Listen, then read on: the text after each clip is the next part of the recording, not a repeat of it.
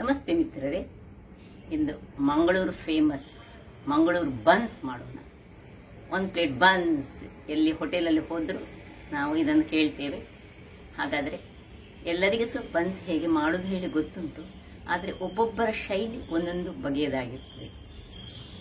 ಕೆಲವರು ಹೇಳ್ತಾರೆ ಅದು ಉಬ್ಬಿ ಬರುವುದಿಲ್ಲ, ಆದರೆ ನಾವು ಸರಿಯಾದ ಪ್ರಮಾಣದಲ್ಲಿ ಮಾಡಿದರೆ ಖಂಡಿತವಾಗಿಯೂ ಇದು ಪರ್ಫೆಕ್ಟ್ ಆಗಿ ಬರ್ತದೆ. ಹಾಗಾದರೆ ಈ ಬನ್ಸ್ ಅನ್ನು ಯಾವ ರೀತಿಯಲ್ಲಿ ಉಬ್ಬಿ ಹಾಗೂ ಚೆನ್ನಾಗಿ ರುಚಿಕರವಾಗಿ ಬರಲು ಹೇಗೆ ಮಾಡುವುದು, ಅದಕ್ಕೆ ಕೆಲವು ಟಿಪ್ಸ್ಗಳು ಏನು ಎಂದು ನೋಡೋಣ ಅಲ್ಲವೇ ಮಿತ್ರರೇ? ಇವತ್ತು ಮಂಗಳೂರು ಬನ್ಸ್ ಮಾಡೋಣ. ನೋಡಿ, ಇದು ನಾನು ಪಚ್ಚೆ ಬಾಳೆ ಅಂತ ತೆಗೆದುಕೊಂಡಿದ್ದೇನೆ. 1.5 ಸಾಕು, 2 ಬೇಡ. 1.5 ಪಚ್ಚೆ ಬಾಳೆ, ಹಣ್ಣಾದದ್ದು ಸಿಕ್ಕಿದ್ರೆ ಬಹಳ ಒಳ್ಳೆಯದು. 100 ಗ್ರಾಮ್ಸ್ನಷ್ಟು ಮೊಸರು, ಸ್ವಲ್ಪ ಬೇಕಿಂಗ್ ಸೋಡಾ, 2 ಚಮಚದಷ್ಟು ಸಕ್ಕರೆ, ಮತ್ತೆ 250 ಗ್ರಾಮ್ಸ್ನಷ್ಟು ಮೈದಾ. ಇವತ್ತು ಮೈದಾದಿಂದ ಮಾಡೋದು. ಆಕ್ಚುಲಿ ಗೋಧಿ ಹುಡಿಯಿಂದಲೂ ಮಾಡಬಹುದು, ಆದರೆ ಗೋಧಿ ಹುಡಿಯಿಂದ ಮಾಡಿದ್ರೆ ಅಷ್ಟೊಂದು ನಮ್ಮ ಬನ್ಸಿನ ಟೇಸ್ಟ್ ಸ್ವಲ್ಪ ಖುಷಿ ಆಗುದಿಲ್ಲ ನಮ್ಗೆ. ಅದರಿಂದಾಗಿ ನಾವು ಏನ್ ಮಾಡ್ತೇವೆ, ಹೆಚ್ಚಾಗಿ ಈ ಬನ್ಸ್, ಮಂಗಳೂರು ಬನ್ಸ್ ಮಾಡೋದು ಯಾವತ್ತು ನಾವು ಮೈದಾದಿಂದಲೇ ಮಾಡುದು. ಈಗ ಈ ಬಾಳೆಹಣ್ಣು ಮತ್ತು ಇದನ್ನು ಸಣ್ಣದಾಗಿ ನೋಡಿ, ಒಳ್ಳೆ ಹಣ್ಣಾಗಿದೆ. ಇದನ್ನು ಸಣ್ಣ ಸಣ್ಣದಾಗಿ ಹೆಚ್ಚಿಟ್ಟುಕೊಂಡು 1.5 ಬಾಳೆಹಣ್ಣು ಹಾಕುವ ನಾವು. 2 ಹಾಕಿಸಿ ತೊಂದರೆ ಇಲ್ಲ, ಒಳ್ಳೇದಾಗ್ತದೆ. ಬಾಳೆಹಣ್ಣು ಒಳ್ಳೆ ಮಾತ್ರ ಹಣ್ಣಾಗಿರ್ಬೇಕು. ಇನ್ನು ಇದಕ್ಕೆ ಸ್ವಲ್ಪ ಸಕ್ಕರೆ, 2 ಚಮಚದಷ್ಟು ಸಕ್ಕರೆ ಹಾಕೊಳ್ಳೋಣ. ಸ್ವಲ್ಪ ಉಪ್ಪನ್ನು ಹಾಕೊಳ್ಳೋಣ. ಅದಕ್ಕೆ ಎಷ್ಟು ಉಪ್ಪು ಬೇಕು ಅಷ್ಟು ಉಪ್ಪನ್ನು ಹಾಕೊಳ್ಳೋಣ. ನಾವು ಸ್ಪೂನಲ್ಲಿ ಸಹ ಇದನ್ನು ಮಾಡಬಹುದು, ಆದ್ರೆ ಮಿಕ್ಸಿಯಲ್ಲಿ ಮಾಡಿದ್ರೆ ಈಸಿ ಆಗ್ತದೆ. ಅದಕ್ಕೋಸ್ಕರ ನೋಡಿ, ಈ ಮೊಸರನ್ನು ಇದಕ್ಕೆ ಹಾಕೊಂಡು ಇದನ್ನು ನಾನು ಚಂದ ಒಳ್ಳೆ ಫೈನ್ ಪೇಸ್ಟ್ ಮಾಡಿ ತರ್ತೇನೆ. ಅಂದ್ರೆ ಅದರಲ್ಲಿ ನಾವೀಗ ಮೈದಾವನ್ನು ಕಲಸಿಕೊಳ್ಳೋಣ. ಈಗ ಅದರೊಟ್ಟಿಗೆ ನೋಡಿ, ಇದನ್ನು ಸಹ ಹಾಕೊಳ್ತಿದ್ದೇನೆ, ಬೇಕಿಂಗ್ ಸೋಡಾ ಸಹ ಹಾಕೊಳ್ತಿದ್ದೇನೆ. ಎಲ್ಲ ಗ್ರೈಂಡ್ ಮಾಡಿ ಈಗ ತರ್ತೇನೆ. ನೋಡಿ ವೀಕ್ಷಕರೇ, ನೋಡಿ ಒಳ್ಳೆ ಗ್ರೈಂಡ್ ಮಾಡಿ ಬಂದೆ. ಈಗ ಇದನ್ನು ಒಂದು ಪಾತ್ರೆಗೆ ಹಾಕೊಳ್ಳೋಣ.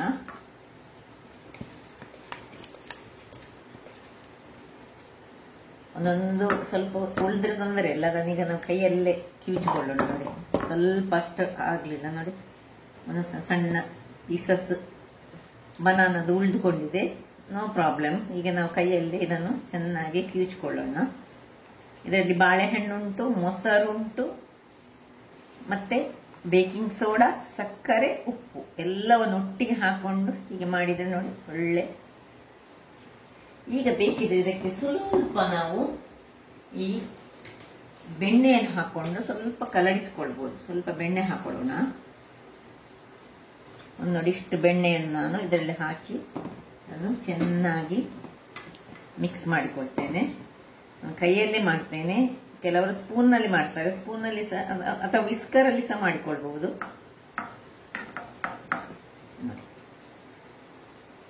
ಏನು ತುಂಡುಗಳು ಇರಬಾರ್ದು. ಈಗ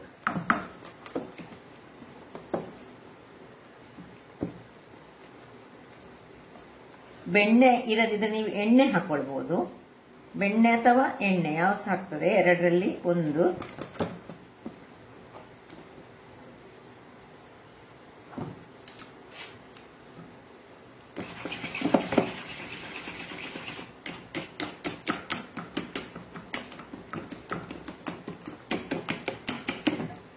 ಇನ್ನು ಎಷ್ಟು ಮೈದಾ ಬೇಕು ನೋಡಿ, ಅಷ್ಟು ಮೈದಾವನ್ನು, ಇಷ್ಟಕ್ಕೆ ಎಷ್ಟು ಮೈದಾ ಆಗ್ತದೆ ಅಷ್ಟು ಮೈದಾವನ್ನು ಸ್ವಲ್ಪ ಸ್ವಲ್ಪವೇ ಹಾಕೊಂಡು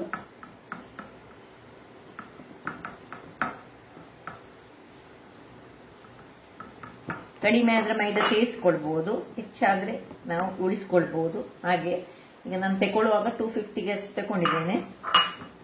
ತುಂಬಾ ಗಟ್ಟಿಯಾದ ನಾವು ಡೋ ಮಾಡ್ಲಿಕ್ಕಿಲ್ಲ, ಚಪಾತಿ ಹಾಗೆ ಇಲ್ಲ. ಇದಕ್ಕೆ ಸ್ವಲ್ಪ ಮೆದುವಾದ ಡೋ ಬೇಕು. ಕಡಿಮೆ ಆದ್ರೆ ಬೇಕಿದ್ರೆ ಸ್ವಲ್ಪ ಮೈದಾವನ್ನು ಹಾಕೊಳ್ಳೋಣ ನಾವು.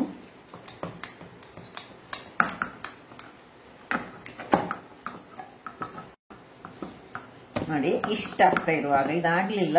ಈಗ ನಾನು ಒಂದೂವರೆ ಚಮಚದಷ್ಟು ಸ್ವಲ್ಪ ಜೀರಿಗೆಯನ್ನು ಹಾಕೊಳ್ತಿದ್ದೇನೆ.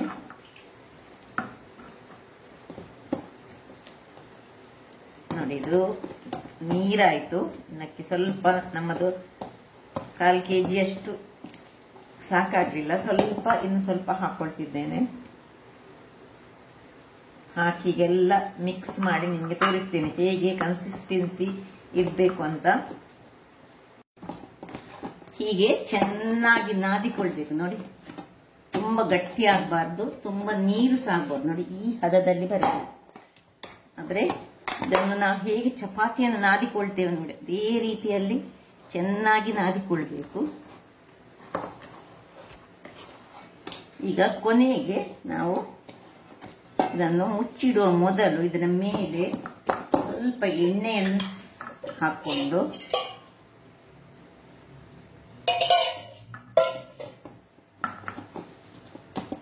ಸುತ್ತಕ್ಕೆ ಎಣ್ಣೆ ಸವರಿ. ನೋಡಿ ಹೀಗೆ ಎಣ್ಣೆಯನ್ನು ಸವರಿಕೊಂಡು ಇದನ್ನು ಈಗ ರಾತ್ರಿ ನಾನು ಮಾಡಿಟ್ಟಿದ್ದೇನೆ. ಇನ್ನು ನಾವು ನಮ್ಮ ಕೆಲಸ ನಾಳೆ ಬೆಳಿಗ್ಗೆ ಇದನ್ನು ಮುಚ್ಚಿಟ್ಟುಕೊಳ್ಳೋಣ. ನೋಡಿ ಮಿತ್ರರೇ, ನೋಡಿ ಬೆಳಿಗ್ಗೆ ಆಗಿದೆ. ಈಗ ಇದನ್ನು ಪುನೊಮ್ಮೆ ಹೀಗೆ ಸ್ವಲ್ಪ ನಾದಿಕೊಳ್ಳೋಣ.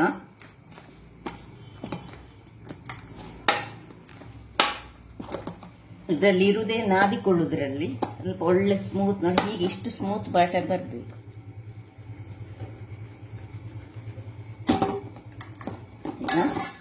ಒಂದೊಂದಾಗಿ ತೆಗೆದುಕೊಳ್ಳೋಣ.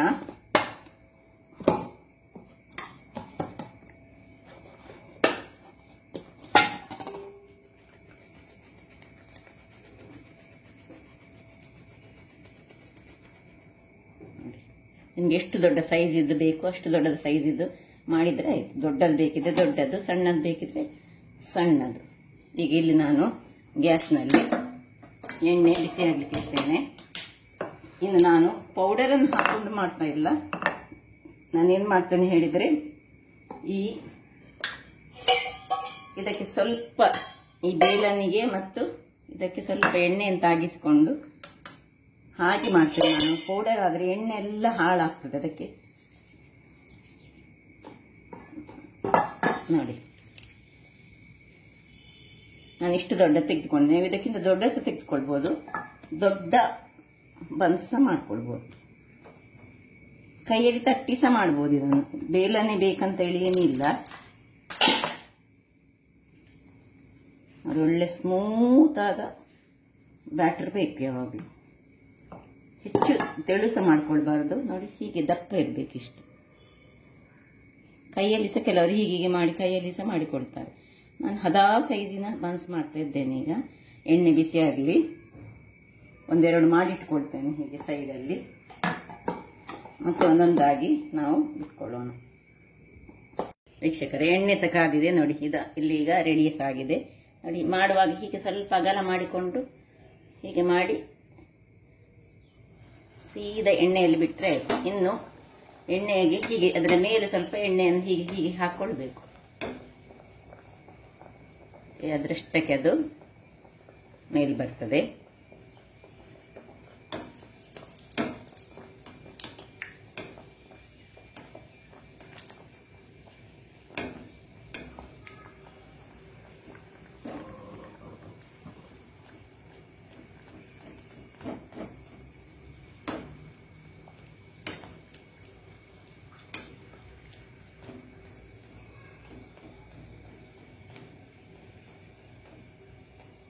ಹೇಗೆ ರೌಂಡ್ ಆಯ್ತು ನೋಡಿ.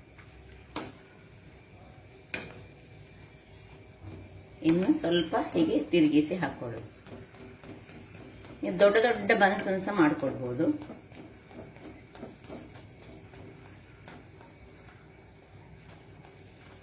ಸುರಿಗೆ ಉರಿ ತುಂಬಾ ದೊಡ್ಡದೇ ಇರಬೇಕು. ಆಮೇಲೆ ಅದು ಉಬ್ಬಿದ ಮೇಲೆ ಉರಿ ಸ್ವಲ್ಪ ಸಣ್ಣದು ಮಾಡ್ಬೇಕು. ಯಾಕೆ ಹೇಳಿದ್ರೆ ಅದು ಬೇಯಬೇಕಲ್ಲ ಒಳಗಿನಿಂದ. ಹಾಗಾಗಿ ನಾವು ಸುರಿಗೆ ಹಾಕುವಾಗ ಉರಿ ತುಂಬಾ ದೊಡ್ಡದಿರಬೇಕು. ಹೇಗೆ ಉಬ್ಬಿ ಬಂತು ನೋಡಿ. ನಾನು ಹದಾ ಸೈಜ್ ಇದನ್ನು ಮಾಡ್ತಾ ಇದ್ದೇನೆ. ನೀವು ಬೇಕಿದ್ರೆ ದೊಡ್ಡ ಸೈಜ್ ಸಹ ಮಾಡ್ಕೊಳ್ಬಹುದು. ನಮಗೆ ಹೋಟೆಲ್ಗಳಲ್ಲೆಲ್ಲ ದೊಡ್ಡ ದೊಡ್ಡ ಸೈಜ್ ಸಿಗ್ತದೆಲ್ಲ. ರೆಡಿ ಆಯ್ತು. ಹೇಗೆ ಬಂತು ನೋಡಿ. ಬನ್ಸ್ ಹೇಳಿದರೆ ಹೀಗೆ ಇರಬೇಕು, ರೌಂಡ್ ಆಗಿ ದೊಡ್ಡದು ಸಹ ಮಾಡ್ಕೊಳ್ಬಹುದು. ಈಗ ಇನ್ನೊಂದನ್ನು ನೋಡಿ, ಇದೇ ರೀತಿಯಲ್ಲಿ ಸ್ವಲ್ಪ ನಾವು ಮಾಡಿಟ್ಟುಕೊಂಡದನ್ನು ಹೀಗೆ ಹಾಕಿದ ಕೂಡಲೇ ನಾವು ಇದು ಹಾಕೊಳ್ಬಾರ್ದು.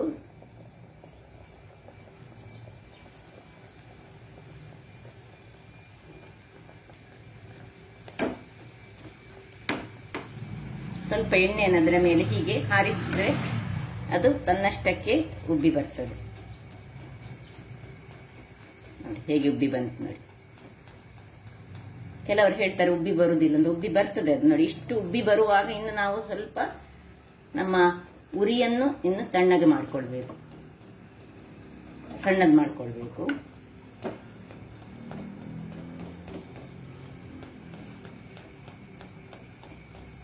ಯಾಕೆ ಹೇಳಿದ್ರೆ ಒಳಗಡೆ ಬೇಯಬೇಕು.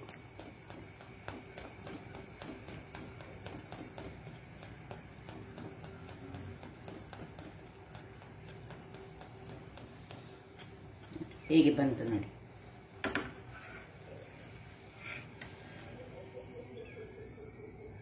ಏನಿಲ್ಲ, ಸುಲಭ ರೀತಿಯಲ್ಲಿ ನಾವು ನಮ್ಮ ಬನ್ಸ್ಗಳನ್ನು ಮಾಡಬಹುದು.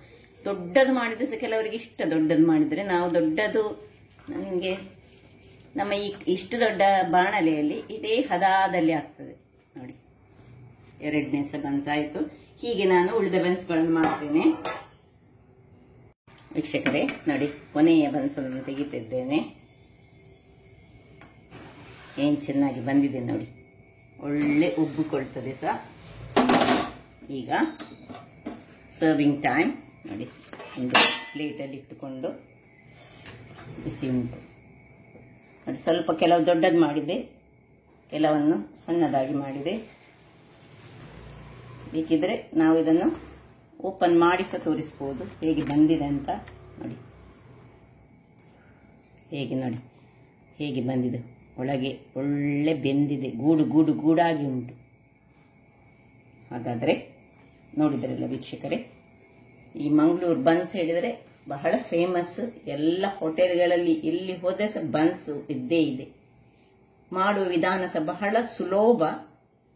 ಮಾತ್ರ ಮೈದಾ ಇಷ್ಟ ಇಲ್ಲದವರು ಇದನ್ನು ಗೋಧಿ ಹುಡಿಯಲ್ಲಿಯೂ ಮಾಡಬಹುದು. ಸ್ವಲ್ಪ ರುಚಿ ಚೇಂಜಸ್ ಬರ್ತದೆ ಹೊರತು ಅದು ಸಹ ಬಹಳ ಚೆನ್ನಾಗಿ ಬರ್ತದೆ ಗೋಧಿ ಹುಡಿಯಲ್ಲಿ ಮಾಡಿದ್ರು. ಹಾಗಾದ್ರೆ ನನ್ನ ಈ ಕುಕಿಂಗ್ ಚಾನಲ್ ನಿಮಗೆ ಇಷ್ಟ ಆದರೆ ಬೋಳೂರು ಸುವರ್ಣ ಚಾನಲ್ ಅನ್ನು ಲೈಕ್ ಮಾಡಿ, ಶೇರ್ ಮಾಡಿ ಹಾಗೂ ಸಬ್ಸ್ಕ್ರೈಬ್ ಮಾಡಿ.